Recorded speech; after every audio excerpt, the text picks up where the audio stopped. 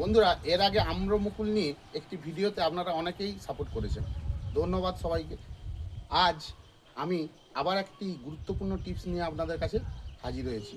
কারণ বন্ধুরা, আমরা সবাই জানি যে সোমবার রাত্রে একটি আচমকাই বৃষ্টির মাঝে আমরা সমস্ত বাগানিরা পড়ে যাই। এই বৃষ্টিতে যাদের আমের মুকুল কালো হয়ে গেছে বা ঝরে গেছে, বন্ধুরা, আমের মুকুল ছাড়াও যে সমস্ত বাগানিদের ফলের গাছ আছে, তাদের ফলের যে ফুল এসছে সেই ফুলগুলোও ঝরে গেছে। আমি আজকে আপনাদের একটা টিপস দেবো, এবং যাদের গাছের ফুল অনেকটাই এখনও আছে তারা এক কাজ করবেন, অবশ্যই এই পাউডারটাকে সবাই চেনেন, সাব পাউডার। এইটি অবশ্যই 1 লিটার জলে 1.5 গ্রাম মিশিয়ে আপনারা গোটা গাছে, মুকুলে বা ফুলে আপনারা স্প্রে করতে পারেন।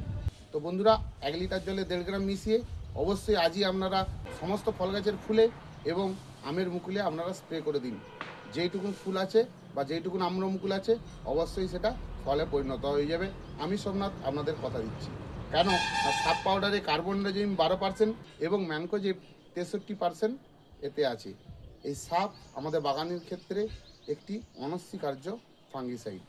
তো যদি ভিডিওটি ভালো লেগে থাকে শেয়ার করুন এবং চ্যানেলটাকে সাবস্ক্রাইব করে দিন, যাতে নতুন নতুন ভিডিওগুলি আসার সঙ্গে সঙ্গে আপনারা দেখতে পারেন।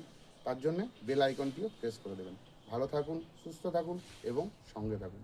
নমস্কার।